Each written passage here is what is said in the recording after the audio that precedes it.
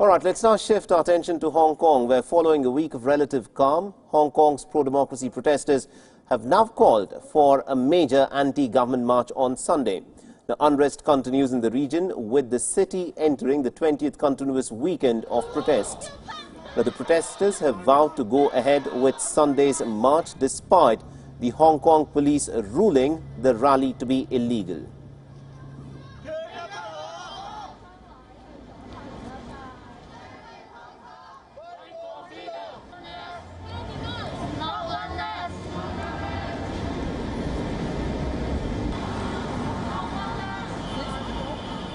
And also earlier, Hong Kong's pro-democracy protesters formed a human chain outside of metro stations asking people to wear face masks. Remember, face masks have been banned by the authorities in Hong Kong. Now, the human chain stretched for almost about 40 kilometers around the city's metro with people wearing eccentric face masks. Now, the masks included faces of Chinese President Xi Jinping, Guy Fawkes, Carrie Lam and also many others.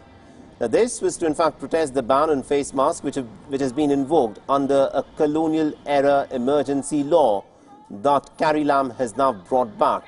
The ban has made all types of facial covering, including face masks and face paint, illegal, and has also prompted more people to come out onto the streets in protest.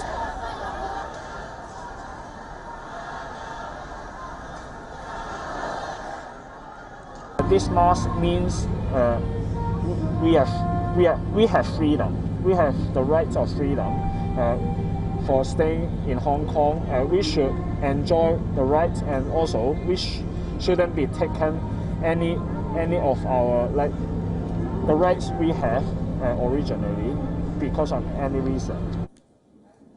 And people were also seen wearing Jimmy Sham masks, the civil rights leader who was attacked in Hong Kong.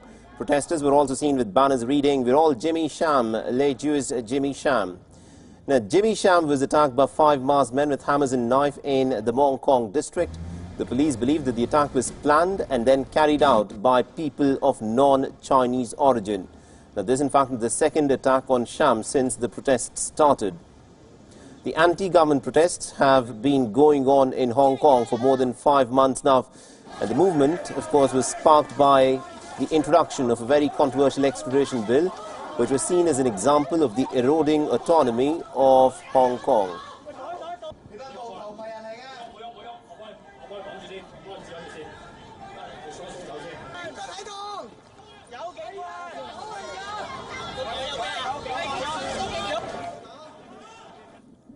All right, so the British Parliament will be convening today, a Saturday, a weekend. This as the lawmakers will be voting on Prime Minister Boris Johnson's Brexit deal with the European Union that he has negotiated.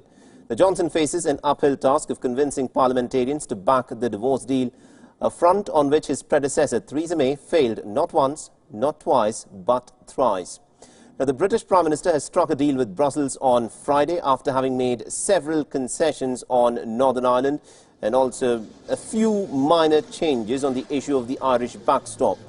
The last time that lawmakers had met on a Saturday was way back in the year 1982, when the Falkland War had broken out.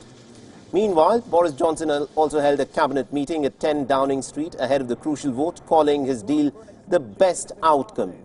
The United Kingdom's Prime Minister has said that he was confident that his deal would be approved in a place where his predecessor's deal had failed miserably.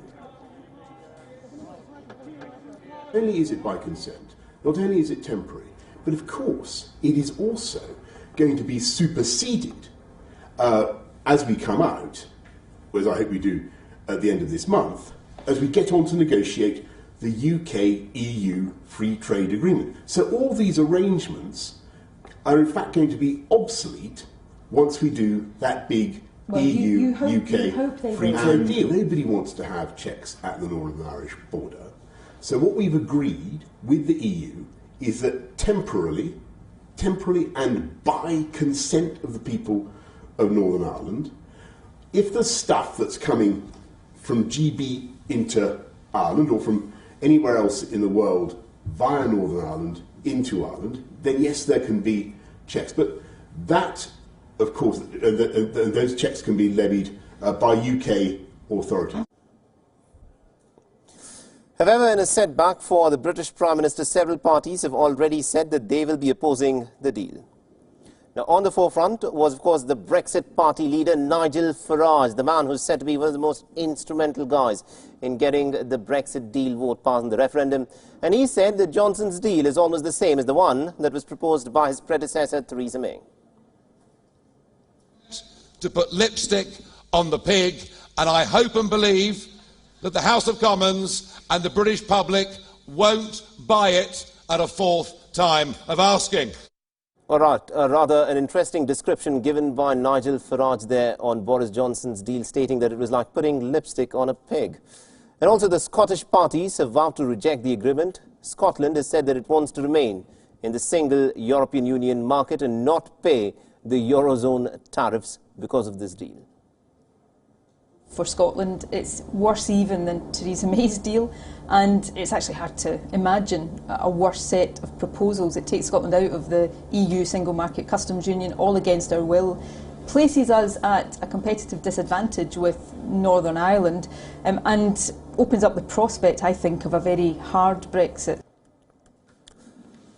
All right, now, if the deal is rejected, then Johnson will have to request the European Union for a further Brexit extension. Remember, the United Kingdom, he wants to leave the United Kingdom to leave by the 31st of October. Deal or no deal is what he'd been saying. Now, this is probably Johnson's only opportunity to ensure an orderly Brexit. This is several industries are fearing that a no-deal exit would actually downgrade the British economy and make things that much more difficult. However, apart from the opposition members of Parliament, Johnson also faces disapproval of his Northern Irish allies. As per the agreement, Northern Ireland will fall under the United Kingdom's customs territory, meaning that the region will be subjected to European Union tariffs and value-added tax. The decision has been condemned by the Northern Irish Party, the DUP, which, interestingly, is an ally of Boris Johnson. Meanwhile, there have also been several calls for the cancellation of the Brexit altogether. An anti-Brexit campaign group has released a video showing a message saying Britain now wants to remain ploughed into a field in Wiltshire.